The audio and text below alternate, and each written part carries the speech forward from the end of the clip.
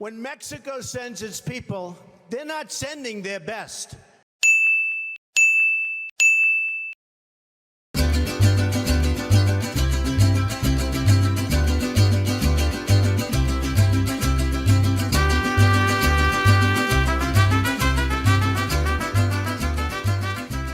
Look, I'm not exactly breaking new ground by pointing out how idiotic and bigoted this statement is, which is so evident how wrong it is in the film industry specifically. If we looked at the Best Director award, Mexico took not once or twice, but 5 times in this past decade. If cinema is a crime, then yeah, these 3 are guilty as charged. The funny thing is, looking back on this, Damien Chazelle looks like an outlier amongst the past winners. It would be like if you ordered 6 tacos and they gave you 5 and a jazzed up hot dog. Don't get me wrong, I love jazzed up hot dog, but it has a weird place in the pure dominance of Mexico's big 3 in Alfonso Cuarón, Alejandro González Iñárritu, and Guillermo del Toro. They took over the Oscars for the past couple years with huge wins for their careers. And to gear up for Mexico's Independence Day, I want to talk about each of these films that ended up winning Best Director. So, Blue Skidoo, a Foreign Film Friday for you! The Oscar goes Do I get this one? Yes. All right, Alfonso Cuarón. To kick things off, this might be one of the weirdest and not as much of a lot compared to the rest of the nominees. I know Gravity was an enormous success at the time, but the Oscars were still the Oscars and didn't really favor sci-fi films. On top of this, the Best Picture winning 12 Years a Slave seemed like a good chance for Steve McQueen to win director, and hopefully at some point we see Steve McQueen take home the big prize.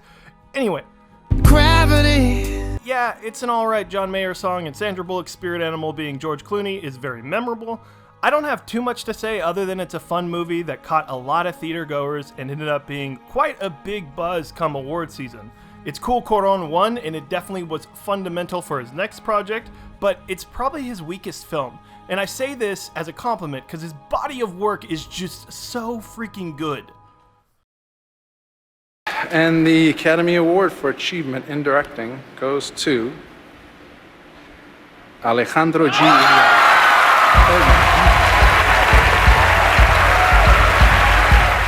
This might have been more of a race than I can recall, but I remember Iñárritu being the clear favorite, with most of the hype for Anderson and Linklater dying out at this point. And it makes sense. Similar to Gravity, Birdman was a technical spectacle and garnered lots of praise for its use of one-shots and its satirization of the real-life actors being used in the film.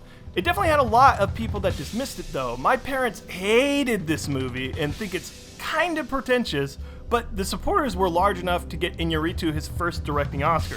Iñárritu has definitely had a really interesting career, but I would not have expected a Birdman to come out of it, so this was probably a huge surprise for all of Hollywood. I think even if you don't love what Birdman is doing, it's hard to ignore the sheer amount of time that went into directing this project, so you kinda gotta respect what Iñárritu did. And the Oscar goes to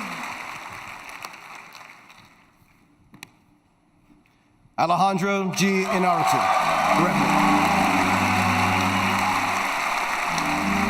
Back-to-back wins for Iñárritu was insane. This had only happened for the directing category twice before, John Ford in 40 and 41, and Mankiewicz in 49 and 50. And look, I'm not trying to bash 40's films, but we can all agree the competition level was vastly different for the Oscars compared to the 2010s. I mean, did the 40s have Oscar-nominated Boss Baby and Suicide Squad?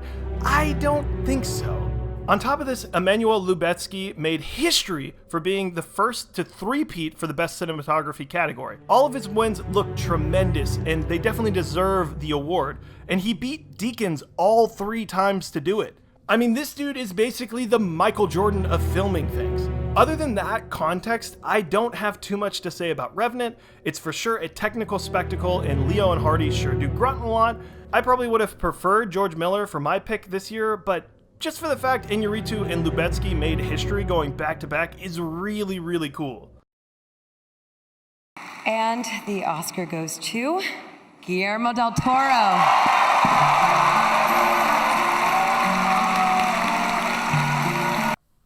Guillermo del Toro is a really fascinating director. He definitely is an auteur that has a decently sized fan base that loves his style, and on top of that, I've never heard a single person say something bad about him. He's essentially Mexico's Tom Hanks, and while yes, I think you could make the argument that there were a couple other directors that could have won, Guadagnino, Villeneuve, Mangold, it was definitely a really great win to see someone win who was so well regarded in the industry. As for the film itself, it's really unfortunate that it was regarded as the fishy sex movie, when it is very much focused on showing a group of marginalized people overcoming the evils of the white man. I won't lie, while the relationship with the fish is kinda weird to me, everything else is really well done, so I kinda shrug it off. Every performance is spectacular, the directing is phenomenal as Guillermo del Toro captures old Hollywood really well and infuses it with his new take. And yes, while the awards were a little weird in 2018, nothing could prepare the world for what was going to come next. I want my binky pronto. I'm Freddie Mercury, people pop. Look, I know at this point this class of Oscars has been memed to no end, but if you remove Green Book winning Best Picture and a couple of the Bohemian Rhapsody wins, then this was a really good class. Yeah, it was a bummer that Green Book of all things won Best Picture, but at least they thanked Don Shirley, right? And this doesn't start, by the way, without Viggo Mortensen. Right there, we have no movie. All these awards are because Viggo and Mahershala and Linda, but it started with Viggo.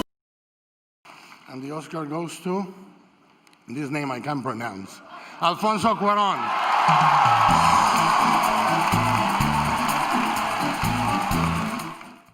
The biggest bright spot, of course, were the 3 wins for Roma taking home Best Cinematography, Foreign Film, and Director, with Alfonso Cuarón winning all 3 of them. Roma was the only film of these 3 that was set in Mexico and in Spanish, and was still able to get people talking about it as a Best Picture frontrunner. It really pushed boundaries in being an indigenous female-led foreign language film that was released by the same streaming service as The Kissing Booth, and it was still able to be a Best Picture contender. It's a story that comes from a perspective that doesn't get shown too often, and the film excels from this work being so personal to Cuarón. Roma feels like Cuarón just let his heart open to the audiences, and I love that. It has this beautiful perspective on life that, hey, while great things are happening to you, bad things are probably happening to other people, and the reverse of that. I think it does this so beautifully, and it's really interesting to see a director that was doing all of these massive spectacles sort of stray away from that and just do a slice of life type story. I can't wait to see what Cuarón does next after doing something that was regarded as his passion project. Maybe we'll return to the sci-fi genre or making the best film in the franchise again. Whatever it is, I'm really excited to see what he attaches himself to. So yeah, Mexico's gonna be a big problem in the Best Picture race, baby! I think it's really cool to look back and see 5 wins for Best Director from Mexico, and I definitely think this was huge for the country's film industry. So for this Independence Day, maybe check out a film from one of these 3, or even any other film made from a Mexican filmmaker or starring a Mexican actor. Feel free to let me know what you'll be watching, as I'm always looking for cool new recommendations. Personally, I'll be watching El Espionzo del Diablo and maybe Güeros or Tempestad. Anyway, hope you enjoyed this video, and Viva Mexico!